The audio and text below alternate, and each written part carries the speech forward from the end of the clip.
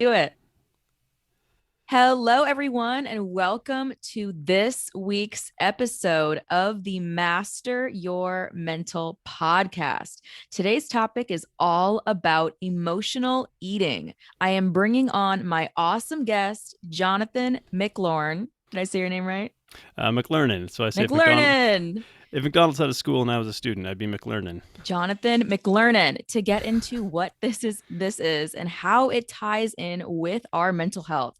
Jonathan is actually an expert emotional eating coach who has lost and kept off 100 pounds, you guys. He is passionate about behavioral psychology and brain-driven weight loss, which he teaches his clients. I'm so excited to have Jonathan here with us today to get into his story and this topic today. So without further ado, welcome Jonathan to the podcast. All right. Thank you for having me. Of course, I'm so excited to chat with you because just before we got on here, we were talking a little bit about how this is actually something that we have not covered yet on the show. We haven't gotten into emotional eating and what is it, how does it relate to mental health, what impact does it have, and how to understand it and work through that. And so of course we got you here who is going to get into the story and tips and tricks and all those things. So I'd love you can just give us a little bit more info about you and tell us more about yourself before we go ahead and dive on in on this. Yeah, so I've had a really varied background. I was a nanotechnology researcher at university. I was a marine engineer for 6 years in the Navy. I'm a four-time entrepreneur. I have two business failures in the background. I spent 3 years as a globetrotting English teacher as well. And so it was kind of around my travels. So my wife and I, we decided not to buy a house and we decided to travel the world instead. And during that time is kind of when I went from being athletic to morbidly obese. And it was as a result of like a trauma that I went through about 10 years ago when I was living in South Africa. And that began my own journey with weight loss. And, prior to that, I would say I would have thought that anyone who was overweight was just like lazy or undisciplined. But after going through my own traumatic experience, I was turning to food as a coping mechanism because I really had no tools to deal with trauma, and I was still living in that traumatic situation in South Africa, and so here I am, kind of trying to wade into this murky world of weight loss and diet culture, and this journey actually spanned probably 6 or 7 years. So, sometimes people ask, well, how long did it take you to lose 100 pounds? And sort of written into that question is also this: what did you do? Can you give me a template? Did you intermittent fast? Did you go keto? Did you, cut out carbohydrates? Like what did you do? And I think sometimes people are surprised by the answer because they say, I learned self-compassion. And it's not the answer they're looking for because like, well, that's not an instruction manual for me, you know? Right? Yeah. But I think it's important to understand we, for me, I tried so many different diets and I wasted a ton of time and energy trying to find answers like in all the wrong places. And it was when I hired a coach back in about 2017. And he shone a light on this glaring problem that was staring back at me. It was my relationship to myself. So because of all of my failed attempts to lose weight, I'd really actually become very angry and almost like spiteful towards my body. And it was like I'd repeatedly tried to punish it into submission, force it to lose the weight because I saw the extra weight that I was carrying as the source of all of my unhappiness. And that made me really angry towards my own body. So he worked with me to heal my relationship with myself and really by extension with food. And that created this just incredible, like I say, paradigm shift that I could actually treat myself with love and compassion and lose weight. Wow. I love the fact that you mentioned, bringing up the point of what that coach has taught you in terms of healing that relationship with yourself. And when you brought up, especially the impact of the trauma that you experienced, right? You said in South Africa, Yeah. right? So having that and then almost looking at yourself and your body and really having that as something that is damaging the relationship with yourself and almost like you said being mad at your body for not being able to after trying all these things doing all this stuff and also kind of tying that into what you said of your past opinion on people who were overweight and thinking why don't you just, work out more? Why don't you just make more Yeah. time for this? Or, it should be simple, right? It should be like a simple kind of system that we could follow to make this work. But after you had your own experience with that, it really just opens your eyes up to the reality of it's not just easy as like snapping your fingers and all right, I'm gonna, implement these habits and just, try to see if this works. And that's amazing because I feel like now you have that experience and you have the understanding. So now you're so much more able to assist others with this instead of just being like, have you tried this or have you tried this Yeah, yeah. thing or all of that? So, I mean, and especially when you're talking about brain driven weight loss, I'd love to get into that. So, when you talk about brain driven weight loss, what do you mean by that? Yeah, so it's a term that I've coined. I think I've never heard anyone else use it. But really, I want to shine a light on the fact that you're right in a sense. Yes, what we eat and how we choose to be active or not, that will influence like our weight and our health. But it's actually the brain that drives our decision making and our actions. And if we look at like so many attempts to create change or transformation and to create weight loss, for example, they really take this outside in approach. I'm going to impose these rules on you that you have to follow starting today. And our brain is not wired to adopt that amount of change at one moment in time. And so our brain will actually unconsciously try to drive us back to our old patterns of behavior that feel familiar because too much change actually feels overwhelming, even if we think we can handle it in the beginning. Because in the beginning, what happens when let's say I'm going to embark on a weight loss journey, and I'm thinking, okay, I want to lose, I don't know, 40 pounds. In my brain, I'll start to picture how I'm going to feel and how I'm going to look when I lose that 40 pounds. So in my head, I've created this picture, and my brain starts to reward me with a chemical called dopamine as though I've already accomplished that result. Now, I haven't done anything in the real world yet, but that surge in dopamine has a purpose. What it does is it gets me over my fear of change. Right? It helps me to overcome my natural biological resistance to change. Now, we mistake that in thinking this should be motivation or something that keeps us going for long term. Because when that dopamine will die off deliberately, because if your brain can't keep you high all the time. If it did, ordinary life would Mm-hmm. just become depressing. Mm-hmm. And so when we try to take this outside in approach of imposing all of this change all at once, very quickly we're going to figure out that we can't maintain that. And the truth is, we have to look at our internal environment, our emotions, our mindset, our psychology, and our habits. This is what most powerfully influences our behavior and ultimately the results we get. And to dive almost like a layer deeper, a lot of our actions take place at the subconscious or the unconscious level. Not the least of which, because our brain will actually form habits from repeated behaviors. Now, we think if our behaviors are driven by our habits, they're also affected by our emotions, our belief, and actually our sense of identity, so who we see ourselves to be. So to kind of tie this all together, to create permanent weight loss, we actually have to create a permanent internal change. And we can really only do this by establishing a new pattern of behaviors, new habits, but really more importantly, a new sense of identity. And for some people, that might actually sound scary, like I have to become a new person in a sense. Mm-hmm. But our brain has this beautiful property called neuroplasticity, the ability to rewire itself. It's really incredible. And that can help us to do this.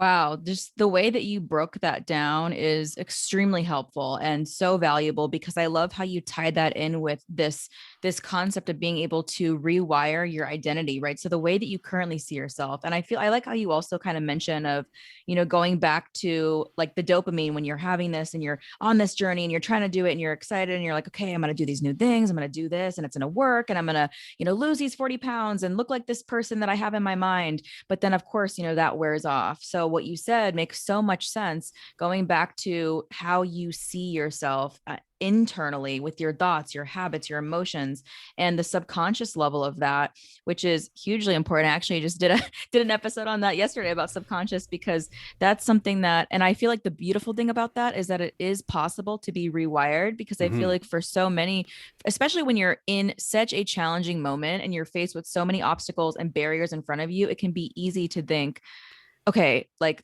this is just who I am. I can't change it. I've been like Mm-hmm. this my whole life. Like this is just the way I have to stay.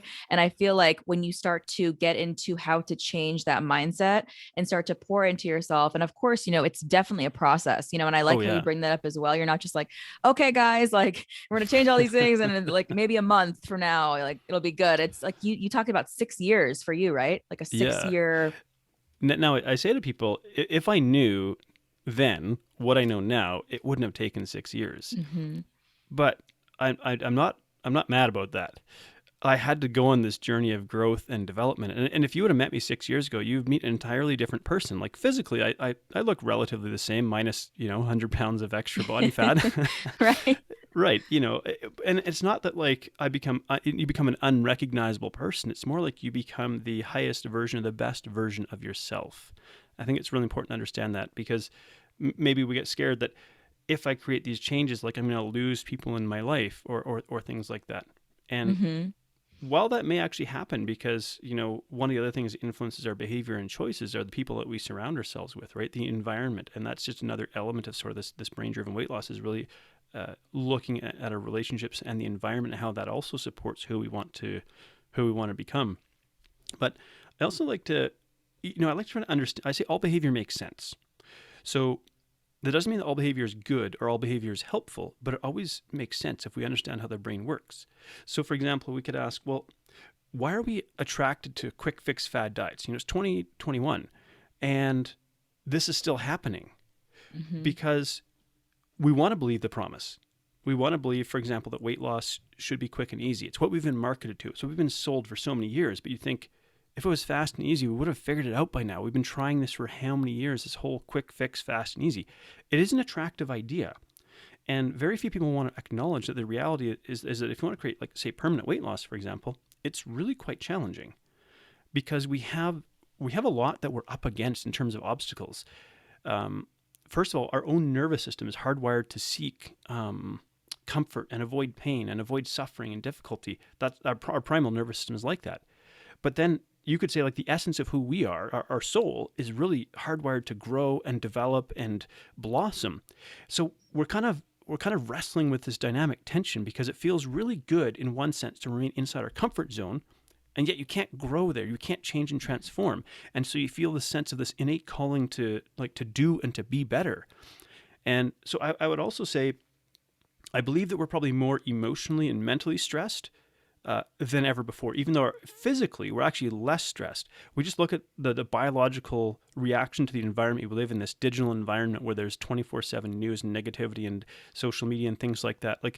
And so we're living with that along with unprecedented convenience. Well, our body doesn't. Hey, if I can just push buttons on my phone and food gets delivered, and I don't have to lift a finger until I walk to the door, we've won biologically speaking. Because for most of human history, we lived with famines, and now we don't have that.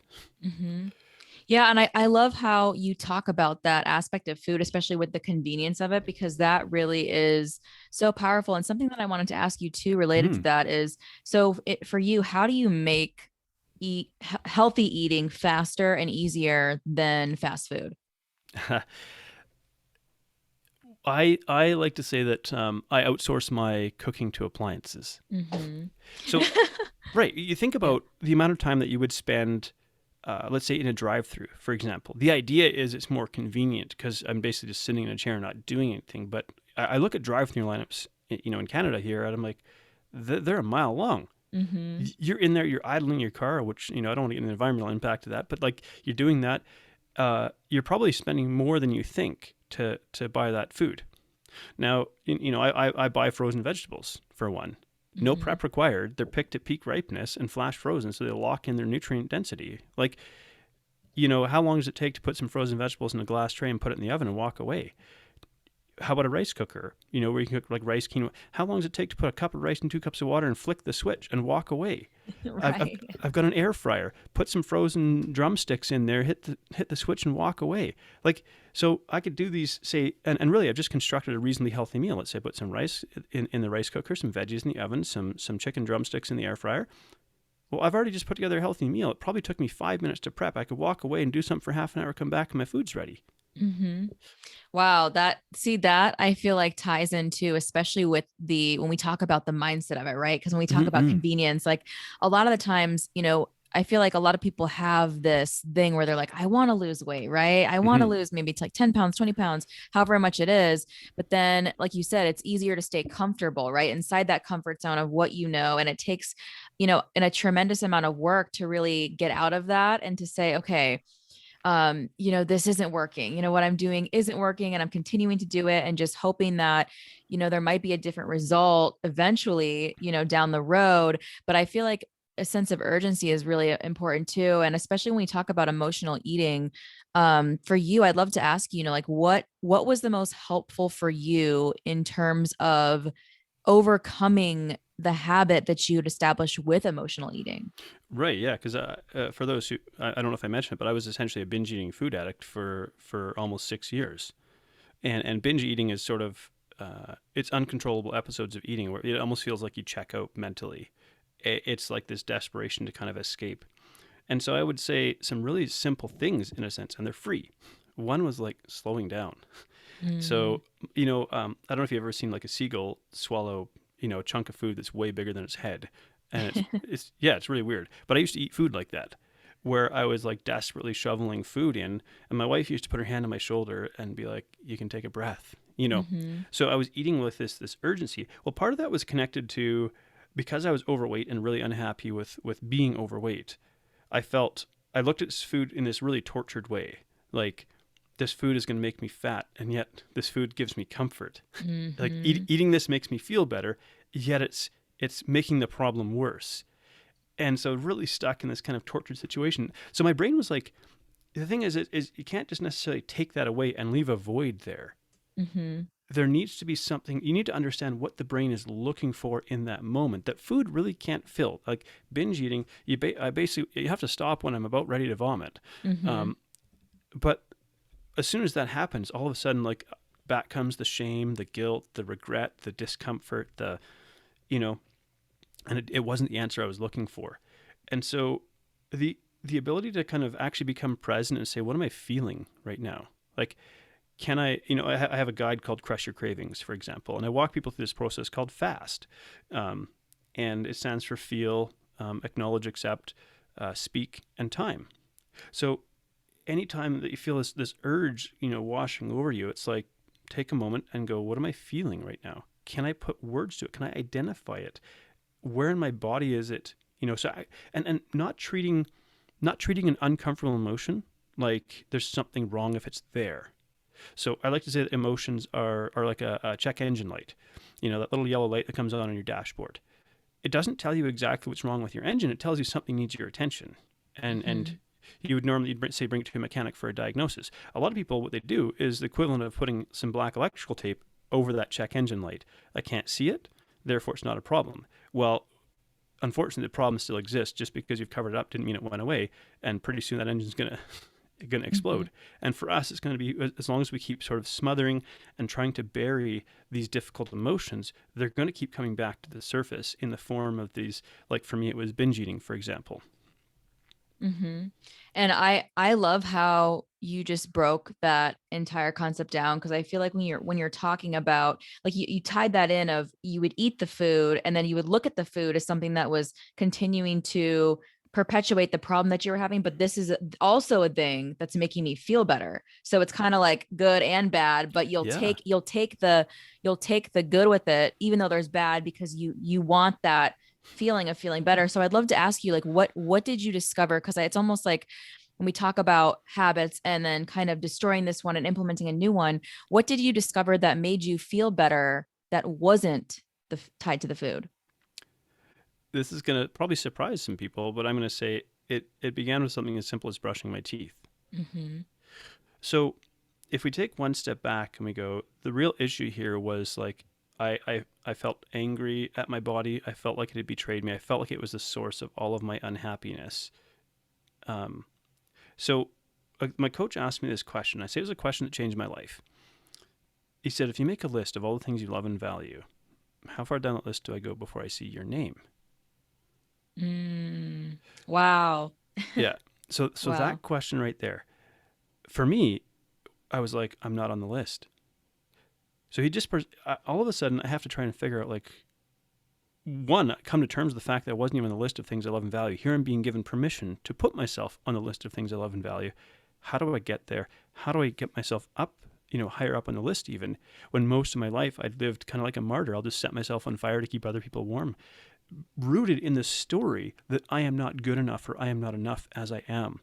So in that moment, it's not like everything shifted in that moment, but I had to start shifting this belief, this core belief that I am not enough as I presently am. Mm-hmm. And so to bring it back to brushing my teeth was an act of self-care. It was an investment in myself. And when we try to understand how do we shift this deeply seated identity piece or belief that we hold about ourselves, well, it's probably not going to be a hallelujah moment, lightning bolt from heaven. It's Mm-hmm. actually because our brains can't handle that. That's too much change all at once. The only way that sort of dramatic change takes place is going through trauma. And I went through trauma. And you don't want to, if it's not something you ask for. Mm-hmm. Um, Instead, we chip away at it piece by piece. So maybe I could paint a little picture for you. So if you were to go to a circus, I don't know, let's say 100 years ago, and you see the circus elephant there, and it's after the show, you sort of come around and you see outside the tent, here's this elephant tied to a fence post, and you're looking at this magnificent, beautiful 5-ton creature, then it's just a beast, and you see it tied to this little fence post that's maybe 4 feet tall, and you're thinking, how is this like magnificent and powerful beast, like why doesn't he just rip it out of the ground and walk away? Well, what they did is when the elephant was an infant, when the elephant was a baby, they tied its leg to that fence post. And it would have tried and tried and tried to break free, but at that time it wasn't strong enough. And so it cultivated this belief that I am not strong enough to break free from this. And elephants have great memories. And that belief carries on into them becoming an adult. So if we were Wow. Mm-hmm. right, so if we were to make this a human equivalent, maybe you've seen like a landscaping stake. It's like a 1x2, it's maybe 4 feet long, little point on the end and an orange ribbon tied at the top. Imagine your leg is like tied to this landscaping stake and you're just kind of walking in circles around it. So we could look at that. That's essentially like a behavior pattern on repeat. And somebody else would walk by and go like, why don't you just pull it out of the ground and walk away? But in your head, because maybe you got attached to that belief at a very early age where you weren't strong enough and your brain was really impressionable, you weren't really understanding what was going on, you don't understand that you can break free from that. So the first thing is to do is take a tiny action, a tiny step away from that belief. So for me, my core belief was I am not enough, I am not good enough, and I'm not worthy of self-love. So an action contrary to that was an investment in myself, brushing my teeth. And that's the equivalent to like that first step. You pull the stake out of the ground, but it's still attached to my leg. Every time I repeated that action, I'm taking another step away from that point until eventually the chain breaks and falls away. And so you can think about, because again, we in the pain that I was in, I was like, I wanted to make it all go away instantly, but you can't. You have to go on this journey of growth. But I can Mm-hmm. tell you from the other side that it's immensely worth it. Mm-hmm. Wow. And especially when you're talking about the role of the trauma in that, right? And like how you kind of painted this picture almost of like having this band-aid that you're putting on and kind of, okay, I can't see the problem anymore. It's under this thing and it might be fixed, but it's not in my clear vision Hmm. right now, right? But it's still there. So that kind of relates to emotional eating being like that band-aid, right? We're doing this to Absolutely. cover up this other thing that is going on or has happened, that we start to have this sense inside of ourselves like we're something's wrong with me, like I'm Hmm. defective, I'm not like you said, worthy of love, valuable. And the example you gave of your coach asking you, where do you fall on this list of value, and you saying I'm not even on the list, and thinking inside of yourself that I don't even deserve to be on the list and I won't ever deserve to be on the list. And I think that's so great how you talk about that the habit of brushing your teeth, and then slowly continuing that, and then building on more of those Oh habits yeah. that are pouring into yourself. Because I feel like you that I love that elephant example. I love that, because especially when you like you it ties back to what you've been doing in your life for so long, and you think, well, I don't know how to do anything else because this is kind of how I've been doing it Right. and what's been going on. But that really gives so much clarity right there in terms of like when you're able to learn, like you said, self-compassion, that point that you brought up at the beginning of being able to tap into that and really teach yourself that. And wow, just noticing. So like what difference do you notice when you started doing that and going on this journey of having that? What did that do for you in terms of the emotional eating? It made a huge shift, um, in a sense. And maybe we could take one step back here again and answer the question that people might have, like, why is it so hard to treat Mm-hmm. yourself with self compassion? Um, and so if I say that awareness is the first step to change, and more importantly, compassionate awareness is so crucial. And maybe later we can touch on how I really define compassion as well. But the simple question of like, if we treated a friend the way that we treat ourselves, would we have any friends left? Mm-hmm. And so the crazy part is like I could be abusive towards myself because I simply had to take it. I couldn't run away from myself. Mm-hmm. And so I would end up using myself as like a punching bag for all of my difficult emotions. Also, being male, I viewed self compassion as weakness and really this fear of showing weakness, which was actually connected to my feelings of like worthlessness and lack of self worth. So I think I was seeing compassion as something for someone else, not for me. But the flip side of this is also when we become self compassionate, we actually become aware of our flaws and our mistakes. And that might bring up these sort of these painful memories or these feelings of shame. And I would say also, I think it is fear that if I treat myself with compassion, I'm going to let myself off the hook and I'm never going to change. So I think having that understanding of why we struggle with compassion, it goes back to all behavior makes sense. When we sort of realize where this is all rooted in, that's when we can start to create that change. And so, because I like analogies and pictures, I'm like, I'll give you another example so that we can understand what I mean when we're talking about compassion. Because as compassion is it's not a get out of jail free card. That's not what it's meant to be. So let's just say you struggle with drinking wine, and that's what you use to maybe mask your difficult emotions or feelings and things. So I bump into you, you're halfway down a bottle of wine, and it's like a Tuesday night, and so now if I was your coach and I was coming to you and be like, Paris, you should know better than this. Like, why are you doing this? There's already an element of shame and like judgment being brought into that, and that will actually trigger this emotional retreat, and I call it defensive brick wall. So immediately you've shut down and retreated, and now moving forward, you're not going to open up and share your struggles with me because you don't want to feel that shame. Mm-hmm. Now the flip side of that, the other extreme would be what we call enabling. So if I was like, hey, you're already halfway down this bottle of wine, you might as well finish it now. Well, that doesn't help you either because it's not moving you forward. So compassion really is walking the middle ground here, and it's saying, hey, let's see what's going on here. And I'm going to hold space for you. And it sounds so cliche to say hold space, but there's such value. I say, let you wrestle with your demons in the light without judgment, Mm-hmm. because we need that awareness to be able to figure out. Awareness is where we create change. So when we start to take some of these unconscious or subconscious behaviors and we bring them to our conscious awareness in a space where we're not going to be judged for it, then we can start to change. We can start to learn what are our triggers, what are the root drivers of this behavior, and so on. Ah, yes. Oh my gosh. That is so powerful and so true because I feel like when you really are able to tap into that, it's almost like we talk about like the example you gave of wine, right? So any form of addiction that we have or any form of anything that we've had in the past that we've struggled with related to eating, related to food, related to mental health or whatever it may be, kind of understanding where did this come about? Like, where did this behavior start with the emotional eating? When did I start? Was I always this way? What happened? And kind of letting that person know instead of being like, hey, like, why are you doing this? Like, it's wrong. But then, of course, that brings out that shame. And now I feel bad because now I was called out and I know I shouldn't be doing it. But now I'm like, I don't want to open up anymore. But when you actually, let that person know, hey, like I see you, like you said, hold space for you. And I love that because even though it sounds cliche, you're letting that person know that, hey, I'm here in this moment. I'm going to give you my time, all my energy to like dive into this with you and help you Mm. kind of uncover and unpack this and really kind of get to the root of, what root of this without making you feel like I'm judging you or I'm criticizing you or I'm making anything like that, because we all have these things, all of us as humans have something that we can go back to or pinpoint and say, this point in my life, this happened or this impacted me or affected me. And this is what, I did at the time to try to move forward or cope or deal with it. That wasn't necessarily healthy, but this is what I did to overcome it. We all have similar moments like that.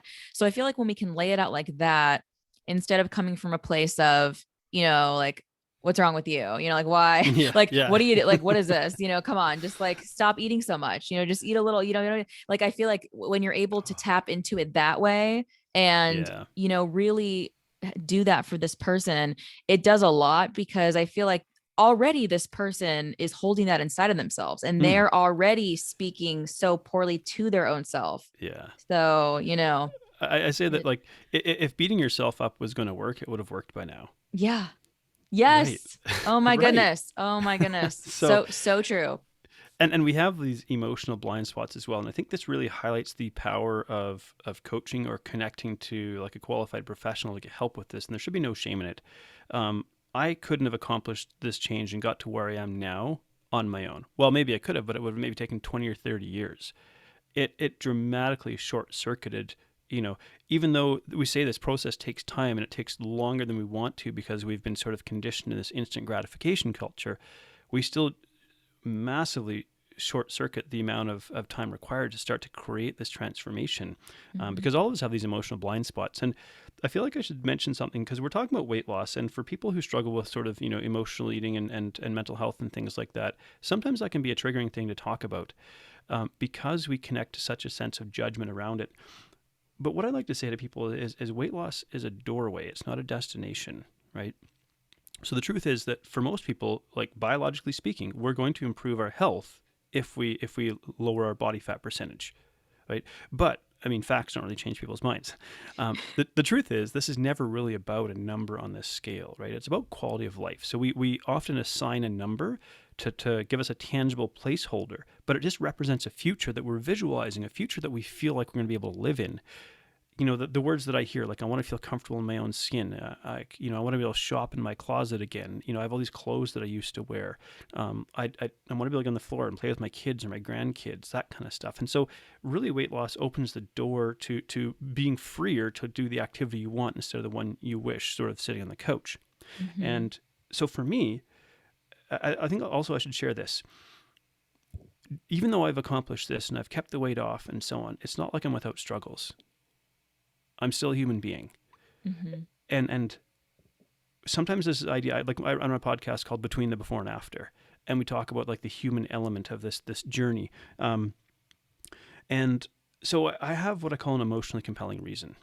For me, it's my son. He's a little over 8 months old now, and I love this kid to bits. Um, he is, but he's a nonstop mover. Like Mm-hmm. he was doing, 120 kicks an hour in the womb kind of thing. Like just, Yeah. he just like hop on his bike and ride inside the womb. Like my poor wife trying to sleep, and he would do so at 3 o'clock in the morning. Oh. Yeah. And he just, from like day one, his limbs were just going nonstop. Now for me, I'm like, this is a preview of what's to come. You Mm-hmm. know, he's just shifting from commando crawling to get up onto his knees and crawling, but he is a nonstop mover. Now I'm 39 going on 40. So by the time I'm 50, he's going to be 10. And when I'm 60, he's going to be 20. I I don't want people to be like, "Hey, it's nice you brought your grandpa to graduation." But more importantly, like I don't want to be a sideline dad. I don't want to have Mm-hmm. to sit on the couch and say, "Sorry, Bubba, I can't get on the floor and play with you because I can't Mm-hmm. get up." So when I'm confronted with some of these urges and impulses that still show up, it's not like they're now I navigate them differently. They're not nearly as powerful as they used to be, but they're still there because this stuff is really like wired deeply into the brain, especially after trauma. So let's just say I'm at Costco, and I see this big old bag of like, I don't know, sweet Maui onion potato chips, this big brightly colored bag. And my brain goes, oh my gosh, it'd be amazing to eat that entire bag of chips, right? Well, I don't know, binge watching something on Netflix. And then I look at my son in the cart and I'm like, what Mm. kind of dad do I want to be? Wow. And Mm-hmm. you weigh those two up, and it's like my love for my son is so much greater than my desire to do that. So we recognize that logic doesn't really get us to change our behavior, but we really have Mm-hmm. to dive into the emotional component of it. So we're really now tapping into this part of our brain because we might think emotional eating like and having these strong emotions is a bad thing, but we can also flip it around and use the other part of it as well. And so I call this finding our emotionally compelling reason why we want to do this. Mm-hmm. That can help us as we're trying to create this change.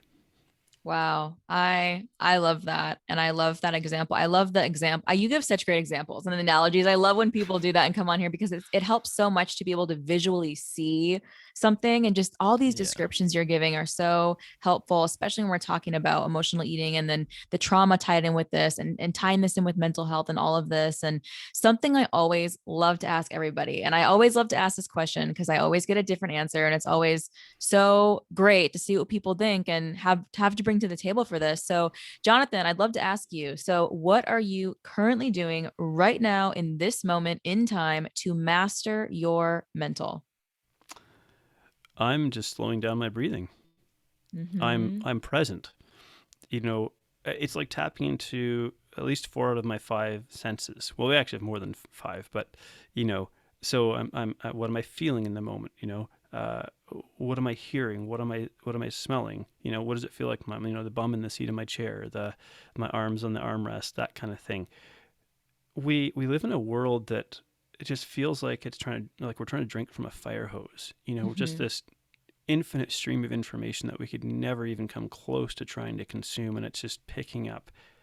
So this ability to slow down and just be present in this moment, I'm just present in this conversation. I'm not thinking about some grocery shopping or something I have to do. It's like be present with, and I've really tried to learn this, like with my son and with my wife and so on, is like whatever moment I'm in. Again, I use my son, and like I'm watching him grow at 8 months. From 0 to 8 months, there's so much change that happened.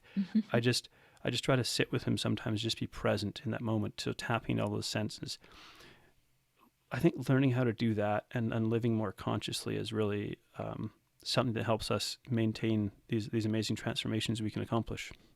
That's amazing. Amazing. Just, I love that because everything you said right there is so right. Trying to drink from this fire hose or going back to, things in the past or things we have to do or things in the near future and all of this. But when you can actually be there in that moment, and that's such a beautiful thing because it is, being able to be there with your son and be in that moment and watch him. And especially when you're talking about this, like how change is happening so quickly and you're there for it. So I love that. That is such a great one. And Jonathan, I just want to thank you so much for coming out here on Master Mental and bringing such phenomenal tips to the table about this topic of emotional eating and about this, how this ties in with your story and your experiences and mental health and overcoming these things.